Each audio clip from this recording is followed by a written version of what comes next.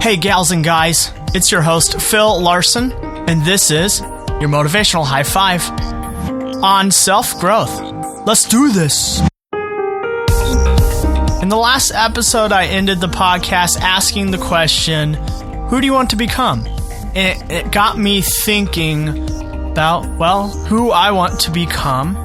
And I realized it's really impossible to answer that question without your future self in mind. Really, it does us a lot of good to think about our future selves.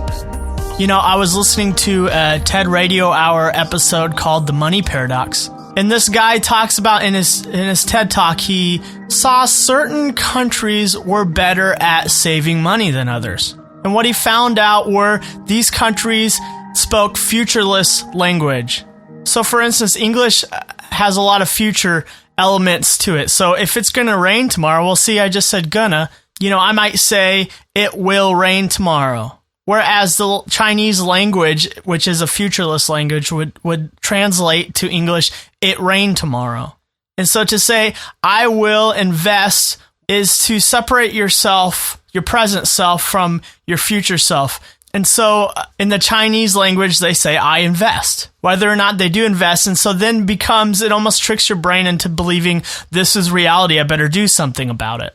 Another experiment that was done was a company, when interviewing their employees to decide out of their paycheck how much they wanted out to invest, the employer provided for the first group a picture of themselves currently. And for the second group, the employer provided an aged version of their picture. So they looked much older. And they found out that those who had the aged version in front of them saved more money. What we need to do is project our self on into the future and imagine that future self and connect our current self with our future self. We are ultimately moving towards that person. We are that person, just an earlier version. And so to think about self-growth, you know, I also mentioned last week that I have made a weight loss goal for myself. And the goal was this. A couple months ago, I said, I think I can lose a half a pound a week. It didn't involve too much of a commitment, but I made the chart, and after a year, my target goal was 26 pounds less, and I saw that number, and I don't remember the last time I weighed myself at that number. Now, for me, a loss of 26 pounds would be healthy, and that's not true for everyone. But what that has allowed me to do, seeing that chart, is connect, that could be me a year from now. Maybe that is me, and I am on my way to that person. And it's been so exciting every week to just stay on track and continue to just knock off another half a pound here, a pound there, and to connect yourself with your future version. For me, it has been inspiration for self-growth. That future goal, that person, not just will be you, it is you. It is you. And the path that you're traveling down now, where is it leading? Because that's really your future self. Are you not happy with that version? Make a slight adjustment. Turn a subtle degree, and years down the road, talk about a huge difference. Tony Robbins has this quote, "Setting goals is the first step in turning the invisible into the visible."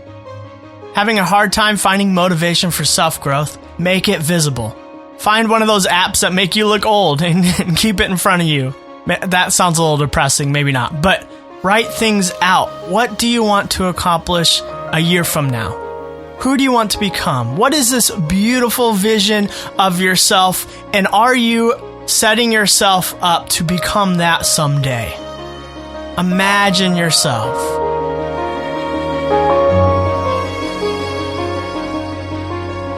Project this image, this future image. Say, that is me. How can I become that image? And friends, you can. And the little step in the right direction that we do at the end of every episode, you know this. We find a reflection of ourselves and we speak positive reinforcement, positive affirmation to become who we want to be. So when you find that reflection of yourself, dare to look in and imagine who you want to be. And say this: my future self is worth the efforts of my present self. Go for it.